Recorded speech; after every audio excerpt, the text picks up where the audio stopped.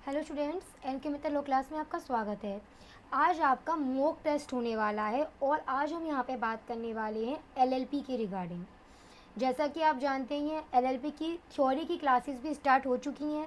आज यहाँ पर हम उसके रिगार्डिंग उसी का एमसीक्यूज़ पर बेस्ड क्वेश्चन आंसर लेकर आए हैं, जो कि आपके आने वाले पेपर्स के लिए, एग्ज़ाम्स के लिए बहुत ज़्यादा आपके लिए बेनिफिशियल होने वाले हैं। पहला क्वेश्चन, फीचर्स ऑफ एलएलपी की अगर हम बात करें, लिमिटेड लाइबिलिटी की अगर हम बात करें, तो सबसे पहले आपको पता होना चाहिए कि एलएलपी एक्ट के तहत ही लिमिटेड लाइबिलिटी पार्टनरशिप एक्ट 2008 के तहत सेक्शन 2 सबसेक्शन एन में ही लिमिटेड लाइबिलिटी पार्टनरशिप को डिफाइन किया गया है। क्या डेफिनेशन दे रखी गई है एलएलपी की?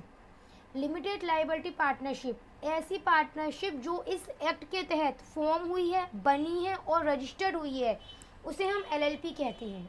हम बात कर रहे हैं, मैंने आपसे क्वेश्चन में पूछा है एलएलपी के फीचर्स क्या हैं। Artificial person, separate legal identity और भी बहुत सारे फीचर्स होते हैं। ये दोनों फीचर्स बिल्कुल कंप्लीट हैं। एलएलपी अपने आप में एक आर्टिफिशियल पर्सन है, उसकी खुद की अपनी एक सेपरेट लीगल आइडेंटिटी होती है।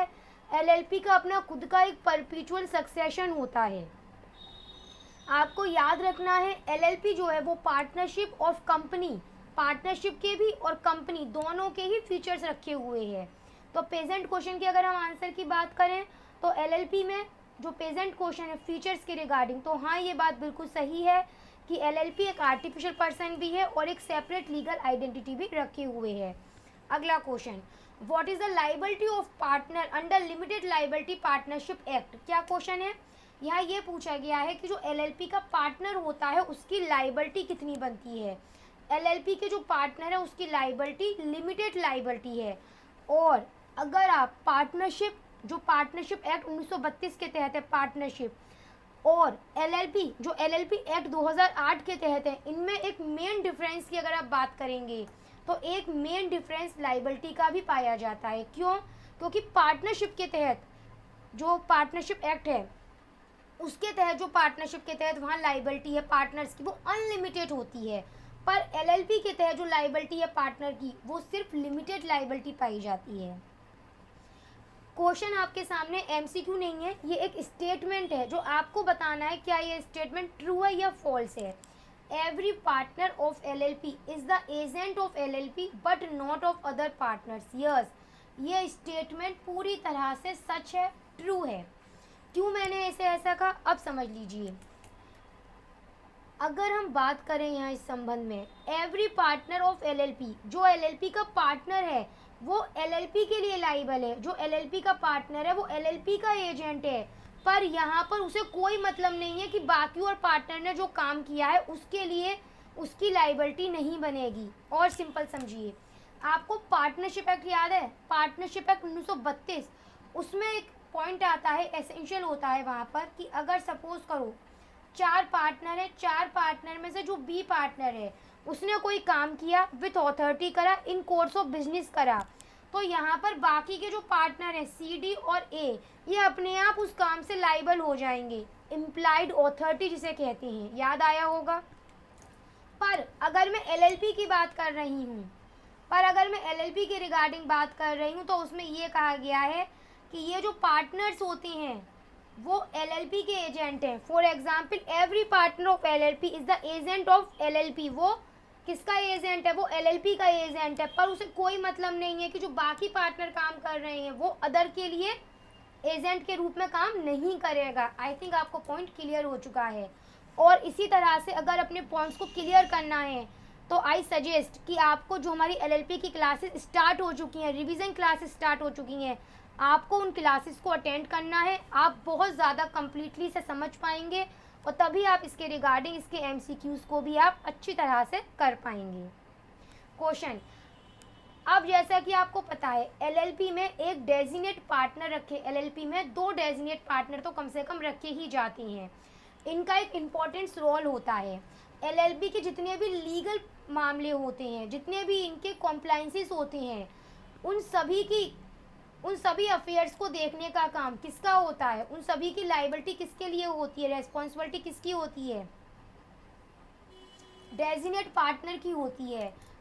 और जो व्यक्ति एज अ डेजिग्नेट पार्टनर के रूप में अपॉइंटेड होगा एलएलपी में, वो कौन होगा, उसमें क्या एलिजिबिलिटी होगी। तो ये भी अपने आप में एक क्वेश्चन बनता है जो आपको पता होना बेहद ज़रूरी है।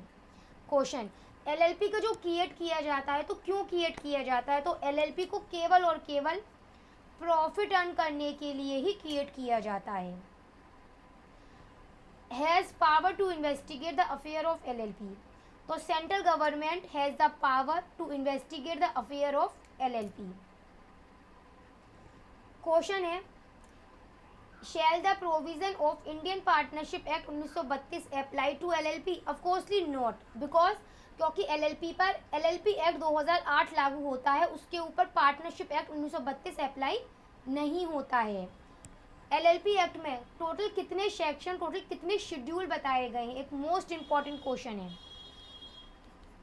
तो एलएलपी में टोटल 81 सेक्शन और टोटल 4 शेड्यूल बताए गए हैं। क्वेश्चन ढंग से रीड करिएगा। पूछ रहा है कौन सा स्टेटमेंट ट्रू है। Limited liability partnership has the element of both corporate and partnership. Yes, मैंने अभी बताया था आपको इसमें कि जो एलएलपी होती है वो कंपनी और पार्टनरशिप दोनों के फीचर्स रखे हुए हैं। इसका मतलब ये वाला स्टेटमेंट तो सही है। It can be said that LLP is the new form of legal business entity with limited liability. Yes, ये वाला भी सही है क्योंकि इसकी लाइबिलिटी लिमिटेड होती है। इसका मतलब ये कि ये दोनों ही स्टेटमेंट ट्रू है एंड करेक्ट हैं। अगला क्वेश्चन आपसे पूछा गया है कौन सा स्टेटमेंट सही है। क्या एक प्राइवेट कंपनी एलएलपी में कन्वर्ट हो सकती है। अनलिस्टेड पब्लिक कंपनी एलएलपी में कन्वर्ट हो सकती है। कोई फर्म एलएलपी में कन्वर्ट हो सकती है। हाँ, ऐसा हो सकता है और ये सभी स्टेटमेंट यहाँ पर करेक्ट बताए गए हैं इसमें। क्वेश्चन, लिमिटेड लाइबिलिटी पार्टनरशिप जो है वो अपने नाम के साथ में क्या वर्ड्स प्रयोग करेगी। तो लिमिटेड लाइबिलिटी पार्टनरशिप अपने नाम के साथ में लिमिटेड लाइबिलिटी या लिमिटेड लाइबिलिटी पार्टनरशिप या फिर शॉर्ट फॉर्म एलएलपी जो है वर्ड्स प्रयोग कर सकती है। Which is the section under the limited liability partnership act which specify the circumstances. अब एक बात याद रखिएगा, एलएलपी को जब डिसॉल्व करा जा रहा है, एलएलपी का जब वाइंडिंग अप हो रहा है तो किसके द्वारा होता है। अगर वो ट्रिब्यूनल के द्वारा करवाया जा रहा है तो वो कौन सी सर्कमस्टांसेस हैं जिसमें एलएलपी को ट्रिब्यूनल के द्वारा ख़त्म कर दिया जाता है, वाइंडिंग अप कर दिया जाता है। तो उन सर्कमस्टांसेस के बारे में कौन से सेक्शन में बताया गया है, तो आपको पता होना चाहिए। सेक्शन 64 और 65, 66 बताइए आपके लिए कमेंट बॉक्स में। चलिए मैं एक क्वेश्चन बना कर रख रही हूँ, मुझे इसका आंसर आप कमेंट बॉक्स में बताइएगा। ये मैं क्वेश्चन आपको होमवर्क के रूप में दे रही हूँ, आप मुझे बताइए वो कौन सा सेक्शन है जिसके तहत एलएलपी को ट्रिब्यूनल के द्वारा वाइंडिंग अप किया जा सकता है। और जब भी मैं यहाँ पे क्लास करवाऊंगी मैं बताऊंगी सही आंसर इसका क्या है। ये आपको मैं कमेंट बॉक्स में ये आंसर दे रही हूँ और इसी के साथ अपनी यहाँ पे मैं क्लास कंप्लीट कर रही हूँ। ये आपका होमवर्क है, आप मुझे बताइएगा इस क्वेश्चन का सही आंसर आपके अकॉर्डिंग क्या होगा। और अपनी क्लास यहीं पे संग कंप्लीट करती हैं।